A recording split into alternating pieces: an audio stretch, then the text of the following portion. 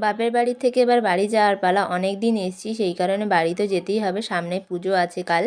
ওই কারণেই তৃষা আমাদের সাথে যাবে, বেরিয়ে পড়েছি। মনটা একটু শুকনো শুকনো লাগছিল, কিন্তু কিছু করার নেই, যেতে তো হবেই বাড়ি। টোটোতে উঠে পড়েছি আমি, তৃষা আর আমার দিদা যাচ্ছে আমাকে দিতে এইসব জোগাড় নিয়ে। চলে এসেছি, দেখতেই পাচ্ছ এখানে কত কিছু ভরে দিয়েছে। বাড়িতে এসে দেখছি তোমাদের দাদাভাই খুবই ব্যস্ত দিদাকে আপ্যায়ন করার জন্য, এখানে সবজি কাটছে। মাও একটু ব্যস্ত আছে, যেহেতু নতুন কুটুম এসেছে তাই। দিদা আসার পর একটু ব্যস্ত হয়ে পড়েছিলাম, সেই কারণে আর কোনো কিছুর ভিডিও করতে পারিনি। একবারে দিদা বাড়িতে যাবে, ওই কারণেই তখনই ভিডিওটা শুরু করেছি। দিদা যেহেতু নতুন এসেছে, ওই কারণে মা শাড়ি দিয়ে দিচ্ছে দিদাকে। দিদা তো কিছুতেই নেবে না, যেন দুজনের যুদ্ধ লেগে যাচ্ছে। মা কিন্তু দিদাকে জোর করে পরিয়ে দিয়েছিল শাড়িটা, আর পরে নিয়েছে দিদা। বাড়ি যাওয়ার জন্য বেরিয়েও পড়েছে। সবাই মিলে দিদাকে ছাড়তে গেছিলাম একটু বাঁধে, ওই কারণে হেঁটে হেঁটে যাচ্ছিলাম। দিদা চলে যাচ্ছে, টোটো এসেছিল, টোটোতে করে দিদা চলে যাচ্ছে।